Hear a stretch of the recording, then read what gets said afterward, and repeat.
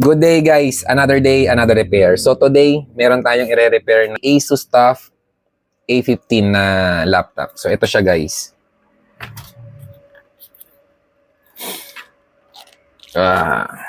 Siya.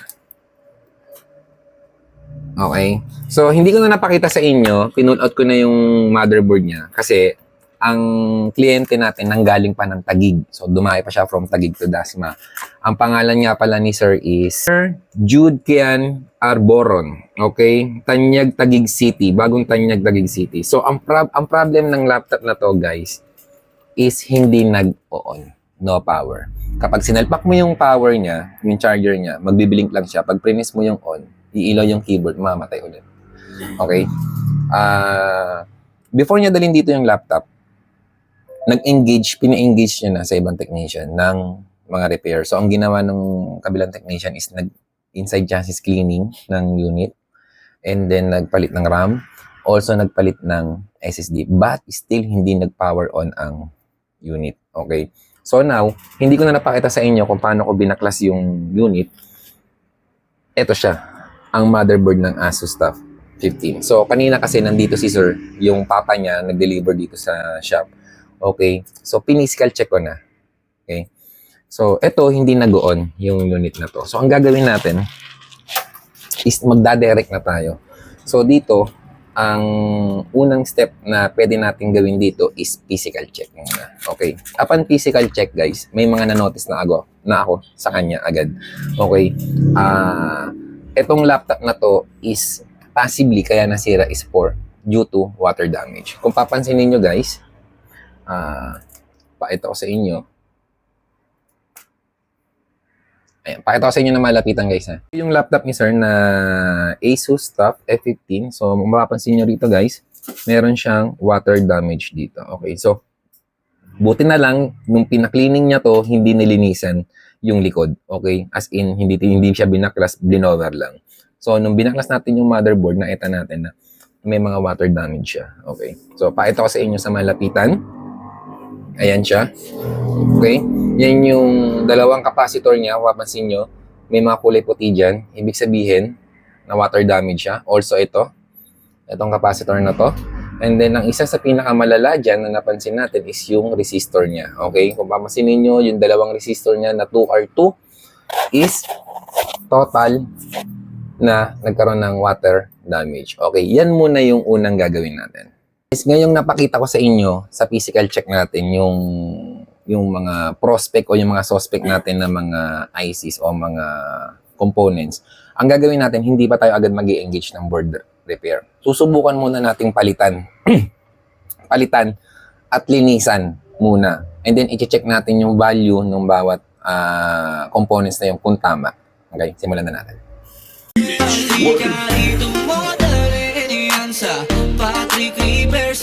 So, iaangat natin yung nakikita yung dalawang resistor sa taas and then i-check natin kung tama yung value niya.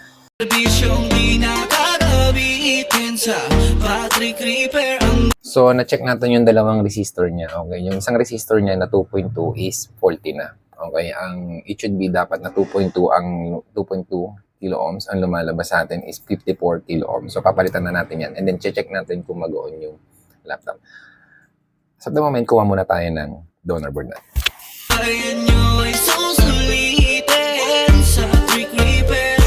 Palitan na natin yung isang resistor. Yung isang resistor naman, ibinalik ko muna. Tinignan ko kasi tama pa yung value niya. So, check muna natin guys.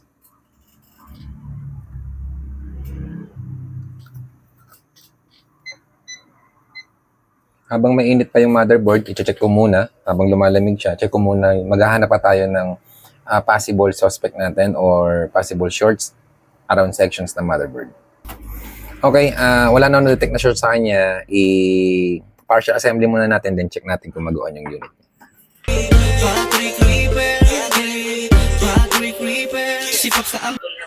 Okay guys, partial assembly ko lang muna yung laptop. Tingnan natin kung magta-turn on yung laptop. Okay, tinag ko na yung charger niya. Then try natin power on. Gumanda yung reading niya. Guys, tingnan nyo guys. As of now, kumakain siya ng 1.6 pumapalo ng 2 ampere. So, swabe yan, yung ganyang reading. Maganda yan. Kasi, kanina, nung tinatry namin siyang i-power on, ang reading lang niya is nasa around 800 to 1.2. So, kulang ang supply. Kaya pala, possible, walang supply ang processor niya. Hindi siya nag-on. Nag-on siya, may kita ka lang ilaw, pero hindi talaga literal na nag-on. So, kung titingnan nyo guys, naka-open na. No? So, i-assembly ko muna ng buo.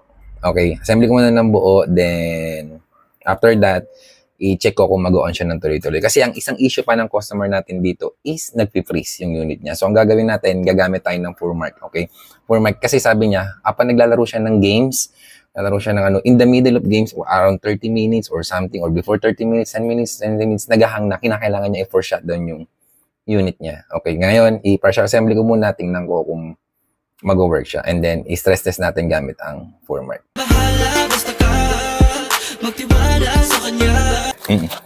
So, ngayon, nag-power na yung laptop ni sir. Kanina, kapag pinower on mo siya, hindi nag-on to. Okay, mag-blink lang tong keyboard niya and then after that, mamatay na. Tapos, ang kinakain lang is nasa around 800 milliampere. But now, sobrang smooth.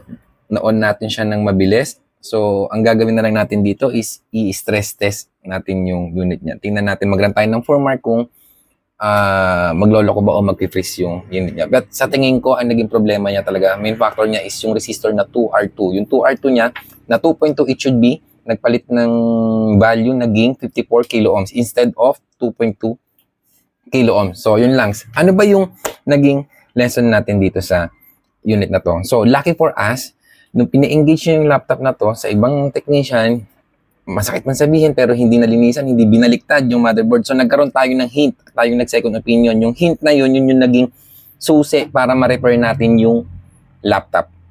Dahil nakita natin na may water damage doon, alam na natin, chinik na natin agad kung tama yung value niya. And then pagpalit natin, gumana na yung laptop niya. Okay?